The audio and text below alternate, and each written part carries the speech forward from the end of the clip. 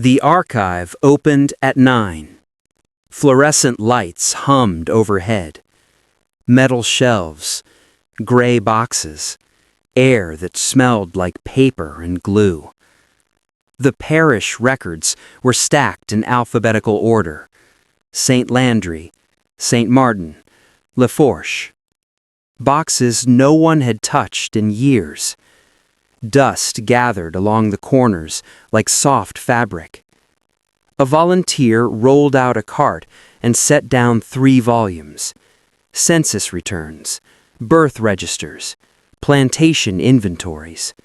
Louisiana, 1858 to 1862. Routine work, digitization, scanning, labeling, logging. Nothing unusual. Until the 3rd book. It was smaller than the others. Brown leather, warped spine. The ink had bled through the pages. Humidity damage. Someone opened it carefully. Names written in tight columns. Children mostly. Ages 2, 4, 6. Next to each name, a single word. White. The volunteer paused, turned another page. White. Next. White.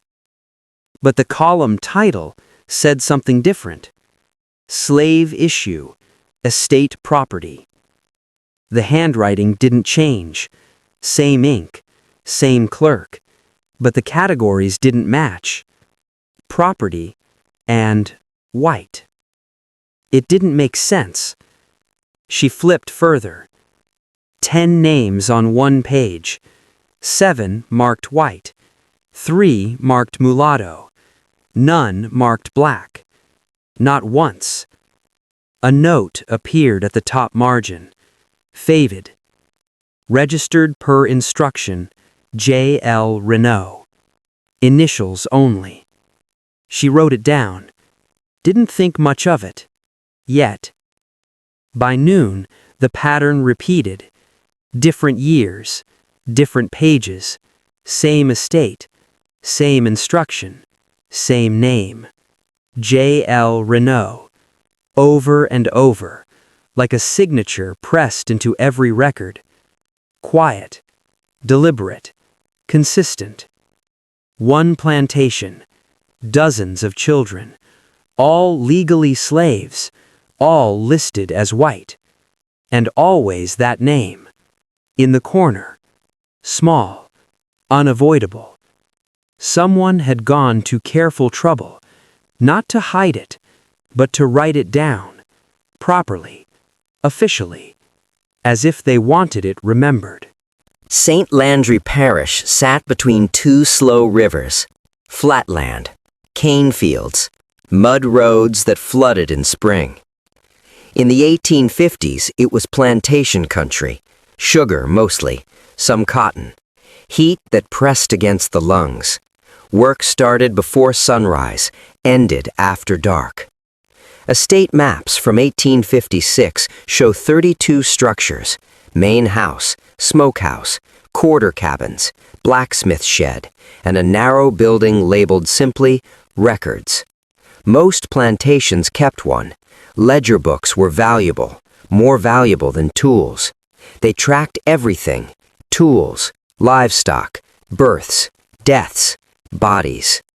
People were counted like equipment, columns and totals. Children added to inventory at birth. Ages listed like weights: 6 pounds, 8 pounds.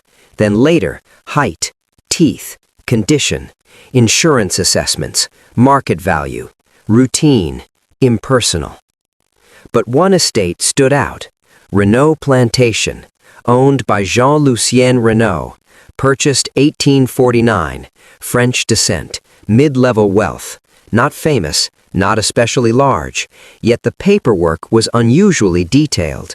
More pages than neighbors twice its size, every child named, every month tracked, medical notes sometimes, fever survived, cough, weak lungs, transferred to field rotation, and always a racial classification: black, mulatto, quadroon.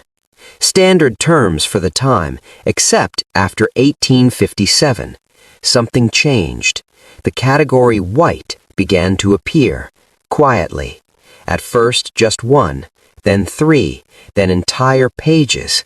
White children listed under slave property. Tax records still counted them as assets. Sale inventory still included them. Legally enslaved, but recorded as white. It created a contradiction, one the law did not recognize, one the clerks should have corrected, but they didn't. They copied it exactly as written, following instruction, signed each time, J.L. Renault, the owner himself. He wasn't careless. The handwriting was neat, measured, like someone who wanted the wording precise, not a mistake, not an accident, a decision, repeated for years. The scans were reviewed that evening, magnified on a monitor, black ink spreading like veins through old paper. Each entry compared side by side, years separated, different clerks, same result: white, white, white. The ages formed a pattern: 2 years old, 3, 4, 5, all born on the estate, none purchased, no bills of sale, no transfer notes. They simply appeared, listed at birth. Surnames sometimes missing, just first names: Eliza, Thomas, Pauline, Henry. But the margin always carried one detail: per instruction, J.L.R., sometimes longer, by order of Mr. Renault. It wasn't subtle. He wasn't hiding his involvement. He was insisting on it. A researcher pulled the federal census from 1860, compared households. In the slave schedule, numbers replaced names. 39 slaves, but the ages didn't match. There should have been 53, 14 missing, 14 children, the same number marked white in the ledger.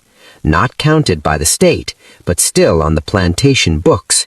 Not free, not sold, just absent.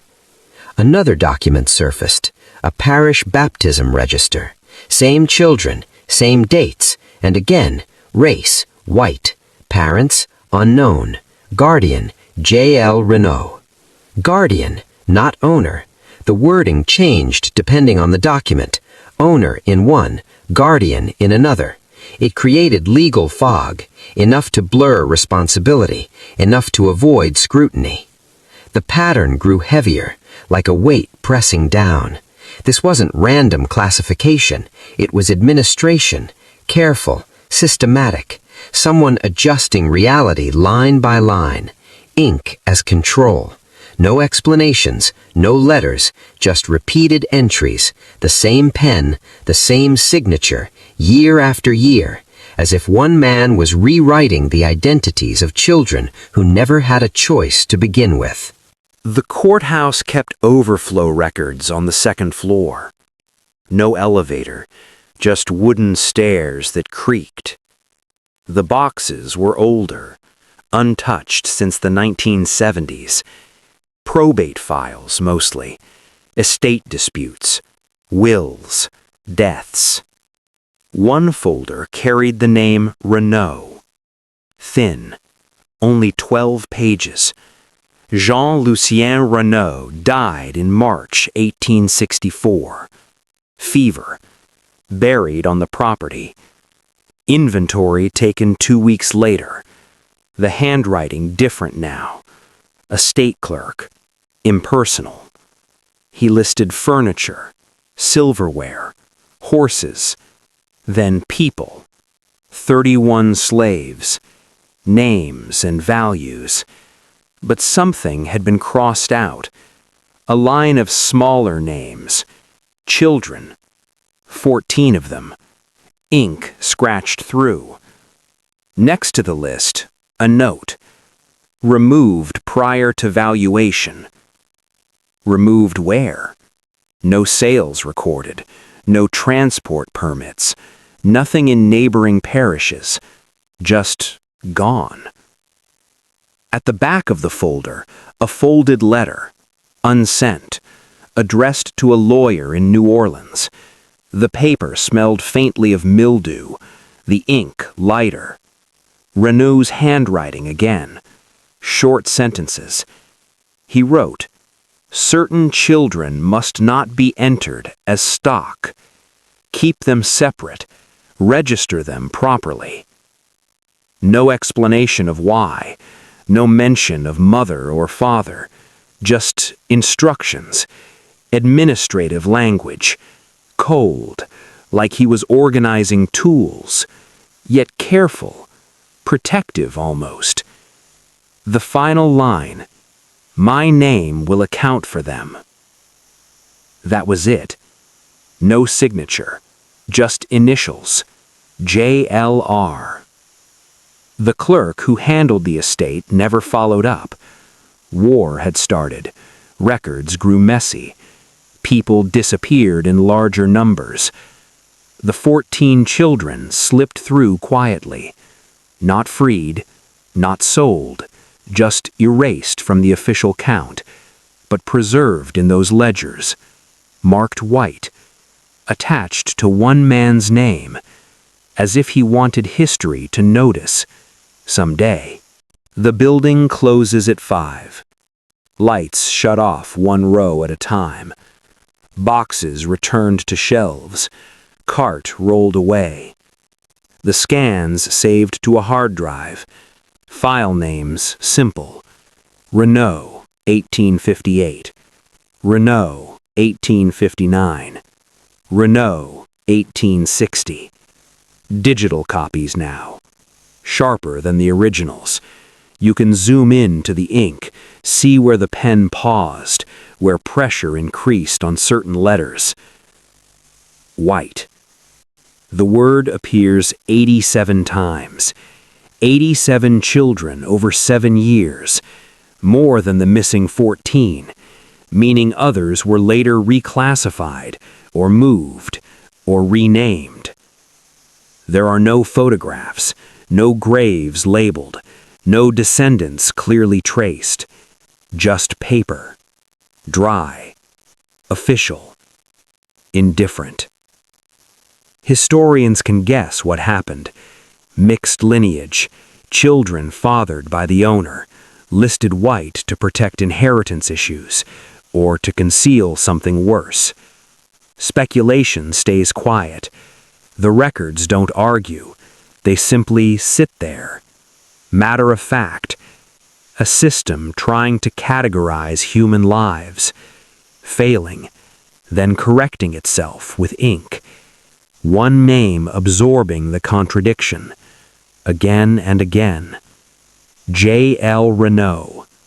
Not written large, not emphasized, just present, every time, like a stamp. The last page of the ledger is blank, no final explanation, no summary, just empty space, as if the story stopped mid-sentence.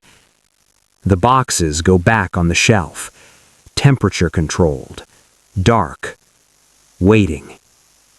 Because sometimes history doesn't hide its secrets, it writes them down plainly, in careful handwriting, and waits for someone to notice that something small, a single word, repeated too often, doesn't belong. White. Under property. Under children, under one man's name, still there, unchanged after more than a century. Quiet, unanswered. By the end, there is no dramatic discovery, no confession, no courtroom record, no final sentence that explains everything, just paper, stacks of it, dry, fragile, official, the kind that outlives the people it describes. The plantation is gone now, the land divided, cane fields replaced by highways and storage units. Nothing remains of the cabins, nothing of the record room, no markers, no signs. If you stand there today, It looks ordinary. Wind moving through grass, traffic in the distance. But the names still exist, not in the soil, in the archive, locked in climate-controlled rooms, filed under parish numbers, scanned into databases, preserved longer than memory. 87 children, written as property, written as white. Each entry made deliberately, each letter shaped by hand, someone choosing that word again and again. White. Not freedom, not protection, just a classification, a label that didn't save them from being counted, priced, inherited. It only blurred them, made them harder to trace, harder to find later, which may have been the point. History often erases people loudly. Wars, fires, floods. But sometimes it happens quietly, through paperwork, through categories, through a clerk copying what he's told without asking why, and through one signature that keeps returning. J.L. Renault. Attached to every child like a shadow. Owner. Guardian. Accountable. Or something else entirely. There is no way to ask him now, no testimony left behind, only ink that has faded to brown, still legible, still matter-of-fact, still waiting. Because the most unsettling records aren't the ones that scream. They're the ones that speak calmly, that list children the same way they list livestock, that repeat a single word until it stops feeling strange, until someone notices and realizes it never should have been there at all. The building closes. Lights go out. Boxes return to darkness. But the ledger remains. Open. Patient. As if it expects someone else, someday, to turn the page and keep looking.